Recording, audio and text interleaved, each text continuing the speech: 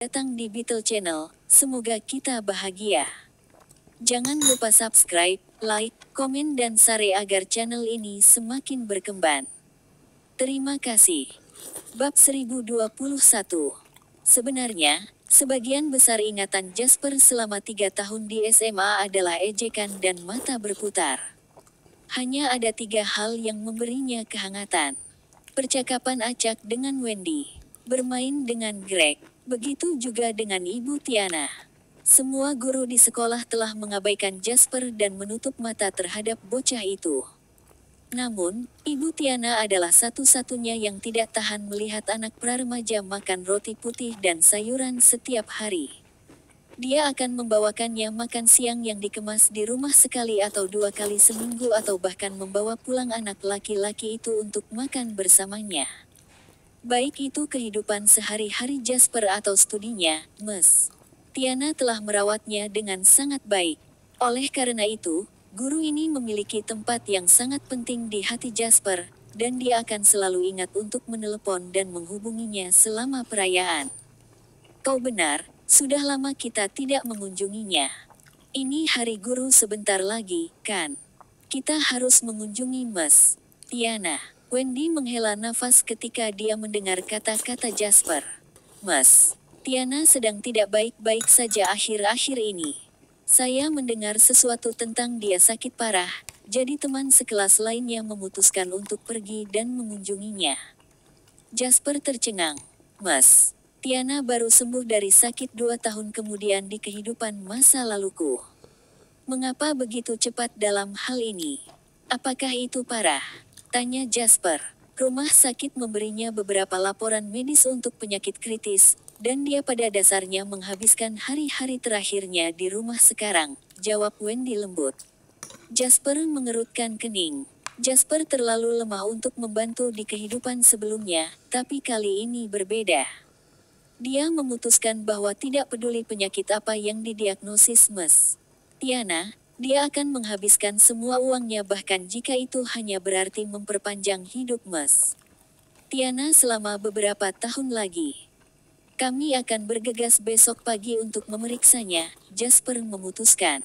Wendy mengangguk. Ajaran Ms. Tiana yang luar biasa dapat dilihat lebih dari bagaimana dia mengasuh Jasper. Dia memperlakukan semua muridnya sama.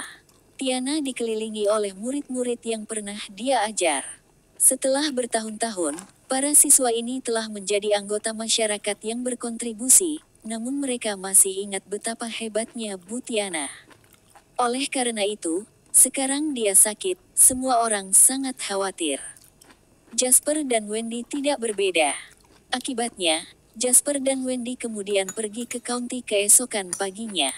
Julian telah membawa Jasper's Bentley untuk diservis hari ini, jadi pasangan itu mengendarai BMW Wendy sebagai gantinya.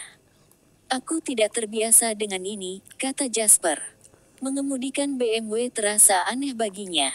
Wendy memelototi Jasper dari kursi penumpang dan membalas, saya tidak melihat Anda membelikan saya mobil yang lebih baik. Kamu yang bertanggung jawab atas akun perusahaan, aku bahkan memberimu segel resmi.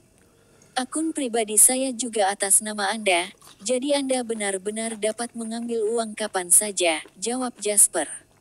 Wendy mendengus dan membantah dengan kesal, bisakah Anda membandingkan saya membeli mobil baru dengan uang Anda dengan Anda membelikan saya mobil baru sebagai hadiah?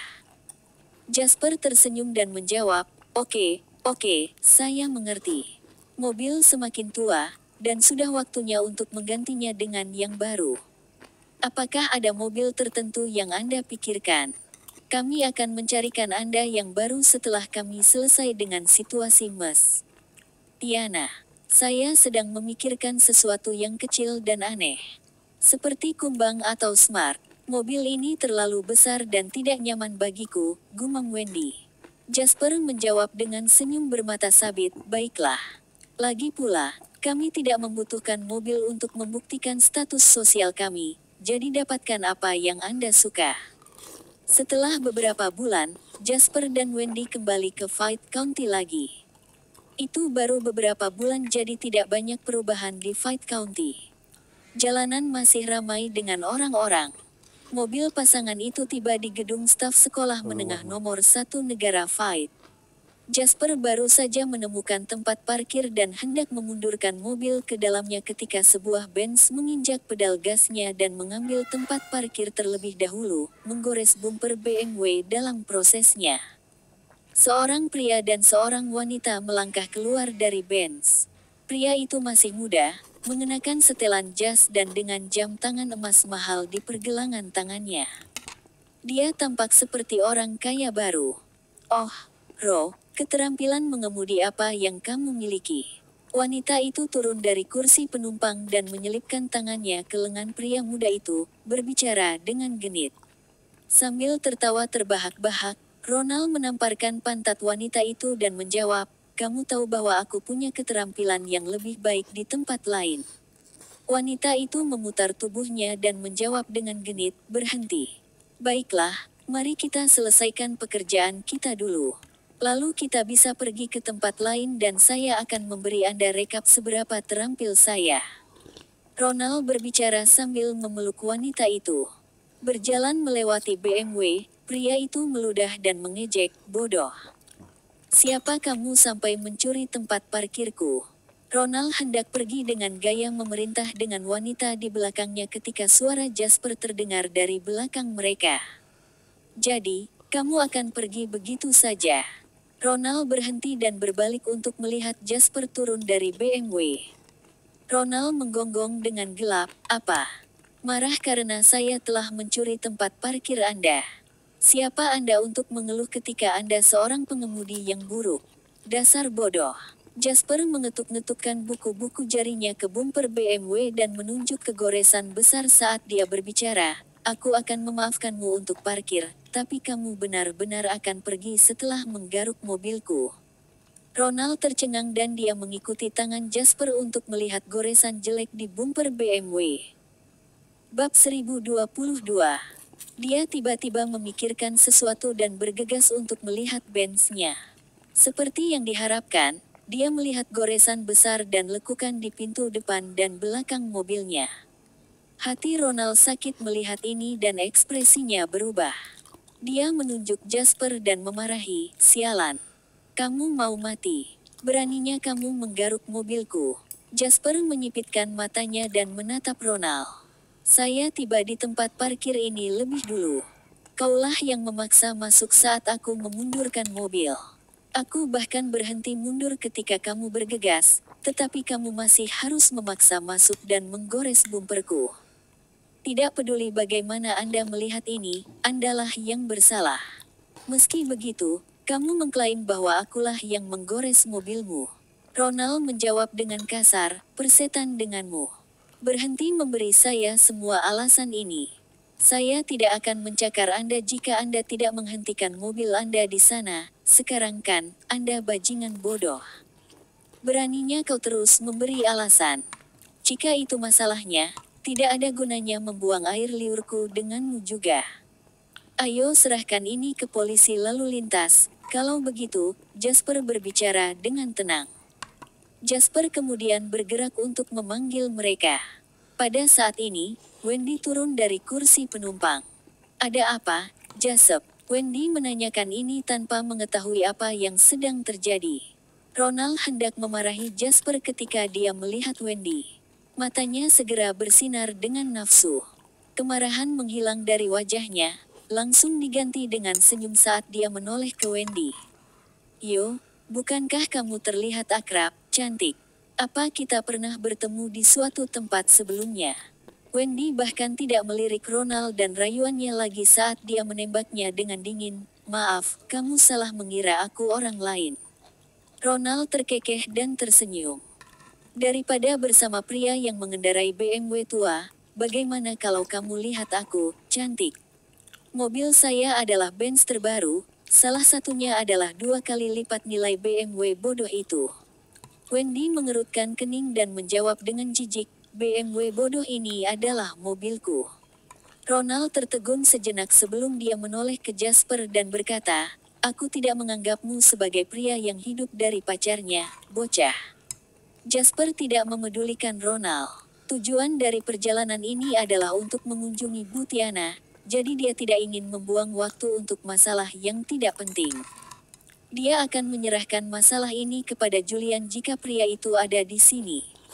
Menelepon polisi lalu lintas, Jasper mulai merindukan hari-hari di mana dia memiliki Julian di sisinya. Aku sedang berbicara denganmu. Apakah kamu tuli? Ronald berteriak pada Jasper. Pada saat ini, Ronald berjalan dengan wanita di belakangnya. Dia melirik Wendy dengan waspada dan defensif sebelum dia berbicara. Tidak ada gunanya berbicara dengan sampah rendahan, Ro. Mari kita singkirkan mereka. Bukankah kita memiliki hal yang lebih penting untuk dilakukan? Ronald mendengus dan menyadari bahwa wanita itu benar. Bagaimana dengan ini? Lupakan memanggil polisi lalu lintas. Saya juga tidak membutuhkan Anda untuk memberikan kompensasi kepada saya. Tapi wanita di sisimu ini, aku ingin makan bersamanya, perintah Ronald pada Jasper dengan arogan. Jasper mendongak dan menyipitkan matanya pada Ronald. Dia tidak peduli dengan goresan di mobil. Lagi pula, itu hanya membutuhkan biaya beberapa ribu untuk memperbaikinya. Namun, jika dacebak ini memperhatikan Wendy, maka pria itu memiliki keinginan mati. Kaulah yang menggores mobil kami. Bagaimana Anda bisa begitu tak tahu malu untuk mengklaim bahwa Anda tidak membutuhkan kami untuk memberikan kompensasi kepada Anda? Seberapa tidak masuk akalnya Anda? Wendy bertanya pada Ronald. Ronald tersenyum dan menjawab dengan arogan, hanya yang kuat yang memenuhi syarat untuk bernalar. Apa gunanya alasan ketika kamu lemah dan bukan siapa-siapa? Setelah semua omong kosong itu, ini adalah satu-satunya kalimat masuk akal yang keluar dari mulutmu. Jasper memandang Ronald dan berkata dengan tenang, jadi, kamu pikir kamu kuat? Ronald mencibir dan menjawab, semua orang kuat dibandingkan dengan bajingan bodoh sepertimu. Saya seseorang yang Anda bahkan tidak memenuhi syarat untuk dikagumi, mengerti? Saat itu, sebuah mobil melaju. Itu adalah Audi yang sedikit low profile. Mobil berhenti di depan mereka dan kaca jendela diturunkan hingga menampakkan wajah seorang pemuda. Pria itu berseru saat melihat Ronald, "Yo, wah kalau bukan Ronald." Ronald mengerutkan kening lalu tersenyum setelah berpikir sejenak dan menjawab, "Tuan Nichols." Mer Nichols turun dari mobil. Dia baru saja menyapa Ronald ketika dia melihat Jasper dan Wendy. Setelah lama linglung, dia bertanya, "Jasper, Wendy." Jasper melirik pria itu dan butuh beberapa saat sebelum dia mengingat identitas orang itu. Ini adalah Archer, mantan teman sekelasnya dan Wendy. Jasper tidak menyangka pria itu mulai mengendarai Audi dan disambut dengan hormat. Wendy juga menyapa Archer, "Archer, apakah Anda di sini untuk mengunjungi Mas Tiana juga?" Archer tertawa terbahak-bahak dan menjawab, "Ya, Mas. Tiana sedang tidak baik-baik saja, jadi sudah sewajarnya kami para siswa datang dan mengunjunginya. Saya baik-baik saja, bekerja di sebuah perusahaan besar di Nauritus City sekarang. Mari kita simpan nomor satu sama lain nanti agar kita bisa tetap berhubungan." Kata-kata Archer jelas ditujukan pada Wendy, karena dia bahkan tidak tertarik untuk melirik Jasper lagi. Semua orang di kelas mereka tahu bahwa Jasper adalah orang termiskin dan paling tertutup di antara mereka. Tidak ada yang mengharapkan seseorang seperti dia untuk membuat nama yang terlalu besar untuk dirinya sendiri. Kalian saling mengenal. Bab 1023. Ronald bertanya dengan tenang saat tatapannya beralih di antara Archer dan pasangan itu. Archer menarik Ronald dan memberinya sebatang rokok saat dia menjelaskan, "Mereka adalah mantan teman sekelasku, Ronald. Kami datang menemui guru kami hari ini, tetapi apakah terjadi kesalahpahaman? Mungkin Anda bisa membiarkannya pergi. Atas nama saya." Ronald melirik Archer dan mencibir. "Kau tertarik padanya, bukan?" Archer kembali menatap Wendy saat gairah berkobar di matanya. Dia berbisik kepada Ronald secara implisit, dengan jargon yang akan dipahami oleh pria manapun, dia pada dasarnya naksir setiap pria di sekolah menengah. Semua orang tertarik padanya. Aku masih memimpikannya hari ini. Aku bisa membiarkan mereka pergi atas namamu hari ini sehingga kamu bisa terlihat keren di depan orang yang kamu suka, tapi ingat untuk membaginya di antara kita begitu dia milikmu. Ronald tersenyum pada Archer.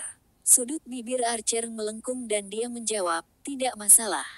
Kita berteman, bukan? Dan ini hanya seorang wanita. Baiklah, hahaha. Ronald menggenggam bahu Archer dan tertawa keras sebelum dia memelototi Jasper dengan kasar. Aku masih memiliki hal penting yang harus dilakukan, jadi aku akan membiarkanmu pergi karena Tuan Nichols bertanya. Bersyukurlah, atau kamu akan menderita sekarang. Ronald kemudian pergi dengan santai dengan wanita di pelukannya. Tatapan Jasper meredup dan dia akan memanggil Ronald ketika Wendy menarik-narik pakaiannya. Tidak apa-apa, mari kita kunjungi Mas Tiana dulu. Archer juga telah berjalan saat itu dan dia mengatakan kepada Jasper dengan arogan, Ronald bukanlah seseorang yang bisa kamu sakiti. Dia sudah memutuskan untuk melepaskannya berkat aku, jadi jangan membuat masalah untuk dirimu sendiri. Archer tidak menghiraukan reaksi Jasper dan dia berbalik untuk tersenyum pada Wendy. Kurasa kita tidak pernah bertemu sejak kelulusan, Wendy. Sudah hampir 7 tahun sejak itu. Apa kabarmu? Wendy mengerutkan kening. Kata-kata Archer mungkin tampak baik-baik saja, tetapi ada nada asmara di dalamnya. Seolah-olah mereka berdua pernah dekat. Belum lagi pilihan kata yang biasa digunakan pasangan yang sudah lama putus. Wendy menyadari bahwa Archer mencoba mengambil keuntungan darinya, jadi dia meliriknya dengan acuh tak acuh sebelum menjawab, tidak buruk. Kami tidak pernah dekat untuk memulai, jadi jangan buang waktu yang tidak perlu di sini. Mari kita pergi mengunjungi Mas Tiana. Wendy kemudian secara alami melingkarkan lengannya di lengan Jasper dan menatapnya dengan senyum indah yang belum pernah dilihat Archer sebelumnya. Ayo pergi, Jasper. Ekspresi Archer segera menjadi gelap saat melihat ini. Saat ini, Jasper dan Wendy sudah bergerak menuju tangga, meninggalkan Archer untuk menggiling gigi gerahamnya dan memaksa dirinya untuk menekan amarahnya. Dia perlu memahami apa yang terjadi antara Jasper dan Wendy sebelum dia melakukan sesuatu yang gegabah. Sial, bajingan bodoh ini bangkrut. Dia bahkan tidak mampu membeli makanan jadi beraninya dia mencuri wanita saya sekarang. Tunggu saja masyarakat kelas atas jauh lebih kejam daripada orang-orang di kampus. Archer mendengus, memelototi punggung Jasper dengan sinis, sebelum mengikuti mereka. Gedung staf yang lama sudah berumur 2 dekade dan ada suasana vintage di apartemen berbentuk tabung. Lift tidak mungkin ada di gedung seperti itu, sementara Mas Tiana tinggal di lantai 5. Jasper dan Wendy baik-baik saja saat mereka menaiki tangga yang gelap dan berantakan ke atas, tetapi Archer bergumam dan mengeluh sambil menutupi hidungnya dengan jijik sepanjang waktu. Tempat bodoh macam apa ini? Ini sangat menjijikkan. Anda mungkin juga tinggal di tempat pembuangan sampah pada saat ini. Sementara itu, Jasper melakukan perjalanan menyusuri jalan kenangan saat dia berjalan. Dia ingat berjalan di tangga yang gelap dan berantakan ini berkali-kali selama 3 tahun SMA ketika Mas Tiana akan membawanya ke rumahnya di lantai 5 untuk makan malam bersamanya. Tidak termasuk rumahnya di desa, tangga ini telah membawanya ke satu-satunya tempat yang menjanjikan perut kenyang selama 3 tahun itu. Makanannya akan murni terdiri dari roti putih dan sayuran jika bukan karena dia. Tidak ada yang memaksamu berjalan jika kamu tidak mau, jawab Jasper tenang, tersadar dari ingatannya oleh kata-kata Archer. Archer tertegun sejenak sebelum dia mengamuk. Maksud kamu apa? Beraninya kau berbicara padaku seperti itu? Jasper mengabaikannya, karena mereka sudah tiba di rumah Mas Tiana saat itu. Dari sepatu di dekat pintu, mereka tahu bahwa pasti ada mantan teman sekelas lain di dalam.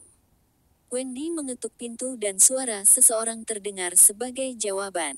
Ini diikuti oleh langkah kaki saat pintu kamar tua terbuka.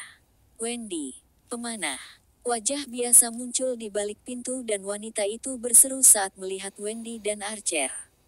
Bersambung, terima kasih telah menyaksikan dan mendukung channel ini.